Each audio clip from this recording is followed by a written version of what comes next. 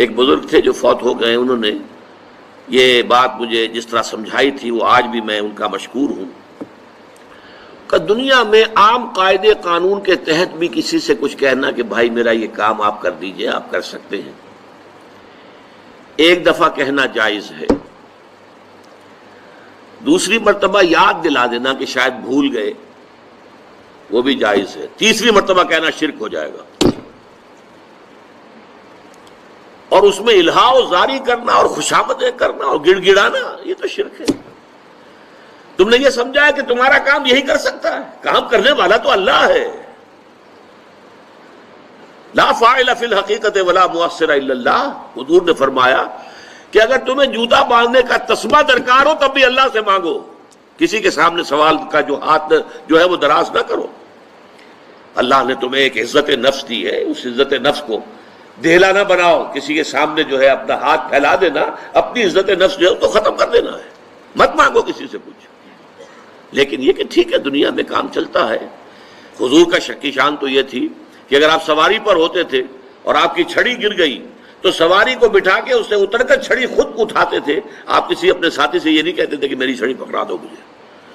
آپ کی تو غیرت کا عالم جو ہے وہ بہت بلند تھا، بہت بلند تھا، بہت بلند تھا۔ لیکن دنیاوی عام طریقے سے یہ کہ ٹھیک ہے بھئی آپ ایک کام ہے آپ کر سکتے ہیں، یہ کر دیجئے، اس نے کہہ دیا ٹھیک ہے میں کروں گا، پھر بھول گیا یا کچھ اور ہوا، دوسری مرتبہ یاد دہانی کرا دی، تیسری مرتبہ جو ہے انہوں نے کہا کہ پھر اس میں شرک کی بو آنے لگتی ہے کہ معلوم ہوتا ہے کہ آپ نے سمجھا ہے کہ اسی کو اختیار حاصل ہے، یہی مقتدر ہے، اسی کو آپ کا کام کرنے کا جو ہے وہ پوری قوت اور قدرت حاصل ہے، اور یہ چیز جو ہے یہ شرک کی بو اس میں سے آنی شروع ہو جاتی ہے۔ لیکن یہ ہے معاملہ سارا جو اسباب عادیہ کے تحت، اس سے ماورا آپ کسی کو نہیں پکار سکتے۔ میں معذرت کے ساتھ عرض کروں گا اگر کسی کے جذبات کو ٹھیس پہنچے، آپ شیخ عبد القادر جیلانی رحمۃ اللہ علیہ کو نہیں پکار سکتے،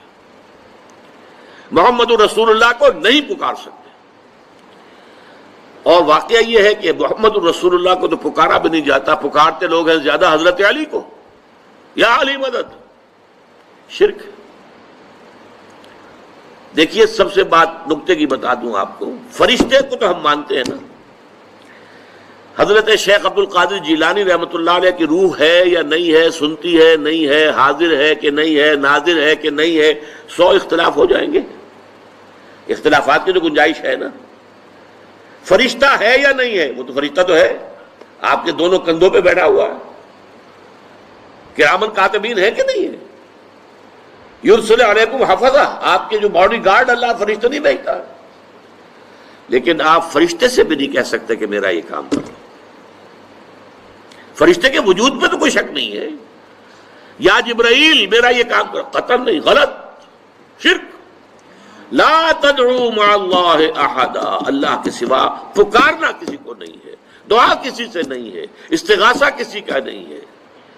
استعانت کسی سے نہیں ہے، استمداد کسی سے نہیں ہے، استنصار کسی سے نہیں ہے سوائے اللہ کے۔